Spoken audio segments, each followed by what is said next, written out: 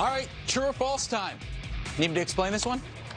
No, I think one's true and one's false. Either you believe in one or you don't believe in one. There you go. No, there you go. You got it. We keep it simple here, and we just keep moving along. It's still the offseason. Absolutely. All right. Can't be that sharp this early. Well, all the Leafs fans want to know, do they win a playoff series for the first time since 2004? True or false this year? I'm going with the percentages.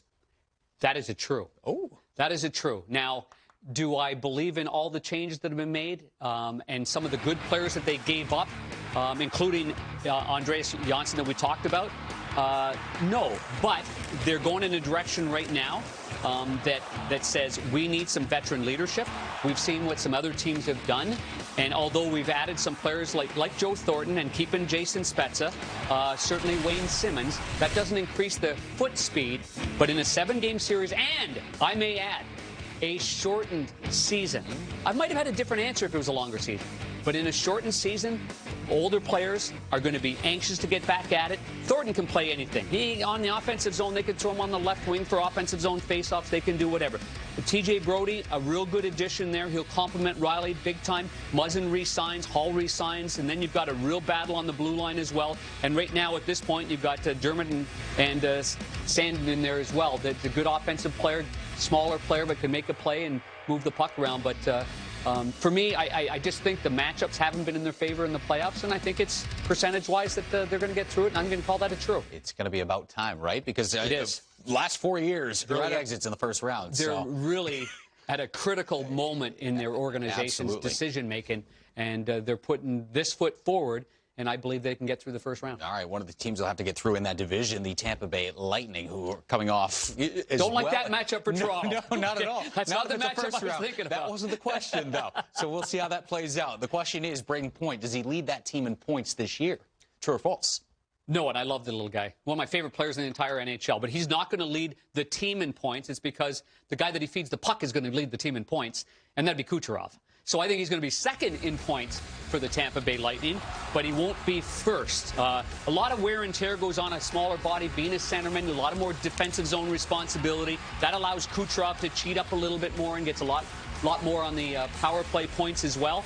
But obviously, this is a phenomenal team from top to bottom. And listen, there's a lot of great players in the league, but I can watch that Braden Point all game long. But the guy that gets more cookies, I think Kucherov is going to get more cookies at the end of the day. He had 21 more points than Braden Point last year. So, Braden Point so is you're all going the false on that. You said no. But the concept was true or false. Oh, it was true or false. I just want to clarify. No, it wasn't. That's why I explained at the top of the segment, true or false. You get how this goes. Fire another puck at my head. Trust me, not hard to do. Your request will be answered.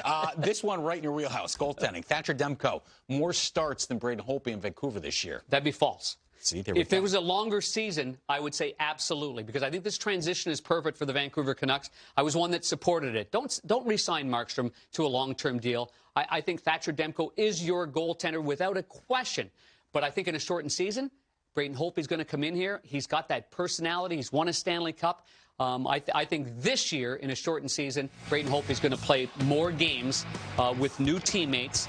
And I think he's just going to be reignited. He's just going to feel real good about himself, going there to scenery. To the Western Canada and in front of some great fans and a real up-and-coming team. I'm a big fan of the Vancouver Canucks and, the young players that they have and the way that they play and their head coach, Travis Green. So it's going to be this much. But I think Holtby's going to play more. All right. Braden Holtby, 890 save percentage coming off last year. So looking it's going to have to improve. Absolutely. Yeah. But like you said, maybe a little fuel to the fire and a change of scenery. Good for him and Thatcher Demko out west. We'll stay out west. Patrick Laine, will he still be a Winnipeg Jet after the trade deadline? True or false? I'm not an insider whatsoever. I'm just going on gut instincts, but I'm saying true. All right. The he will stay a Winnipeg Jet. The reason why I'm saying that, and I wouldn't have been saying this with as much conviction if they didn't get Paul Stastny. But remember what happened a couple of years ago at the trade deadline. Paul Stastny was a member of the St. Louis Blues. He goes over to Winnipeg, and in fact, he wore the great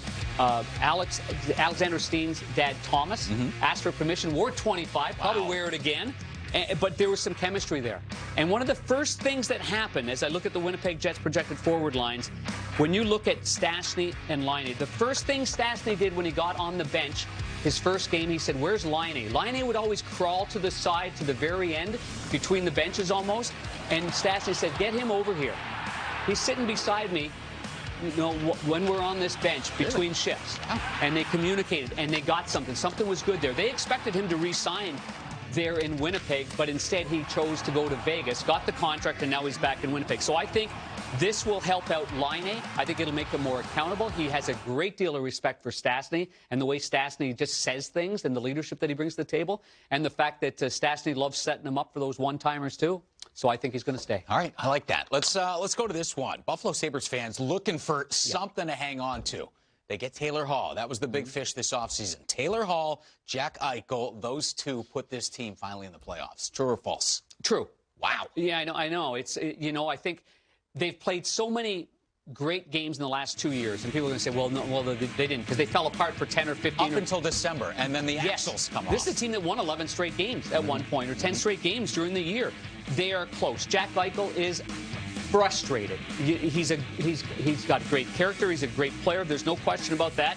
But when you look at that top line now, you say, okay, because you can't separate Reinhart and Eichel. They're a tag team. Reinhart doesn't seem to play well with anybody else. He plays well with Eichel. Now you got a left winger in Hall who went through the same process when he joined the New Jersey Devils. They made the playoffs. He was the MVP. He's been down this road before. Now you got Stahl and Skinner. They played together in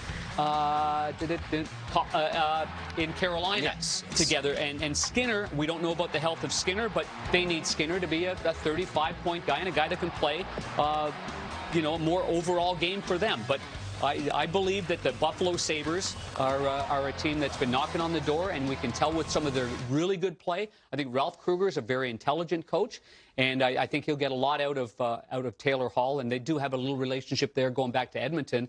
But there's no guarantees that it's going to work with Jack Eichel and Taylor Hall. You never know. On paper, it looks good. I mean, you never know. I mean, both like to carry the puck through the neutral zone. This might not work right away. I think people have to be very maybe not patient. Together. Maybe you split them up. Exactly right. And if they do, well, it diversifies the attack. Maybe Skinner moves up and Hall moves down with Stahl. Who knows? But I think they're a much better team now than they were, several months ago. Yeah. And maybe the shortened season helps them because they don't get to that point where the wheels fall off and they make the playoffs. So you're right. We'll see. One of the best fan bases in all of the NHL. Love going to Buffalo. Root for them. That's for sure. Absolutely. All right, here are your picks. This is your last chance. You sticking with them or are you changing anything right now? You've got the Leafs making the playoffs or making it past that first round for the first time since 2004. Braden Point will not lead the team in scoring. You say Kucherov's going to do that. Thatcher Demko, not more starts than Braden Holtby just because of the shortened season. Patrick Laine, still a Winnipeg Jet come trade deadline time. And the Buffalo Sabres, playoff bound for the first time in quite some time. I like those. I think that's the one that gets more, more conversation because I think what happens when you got a passionate fan base like Buffalo, when it's going well, they're sky high. And when it's going poorly, it goes real rock bottom emotionally for everybody. And quickly. And so I think that team's got to get more even-keeled and get through the tougher times much better than they have in the last, let's call it 3 or 4 years. And they've had lack of stability all the way around, and maybe they'll get a little bit of that with Kevin Adams as the manager, and obviously with Ralph Kruger as the head coach. Good for hockey and good for that division because other teams like Montreal, they're getting better as well. And you still have the top dogs like Boston and Tampa, so we'll see how it plays out in the Atlantic this year.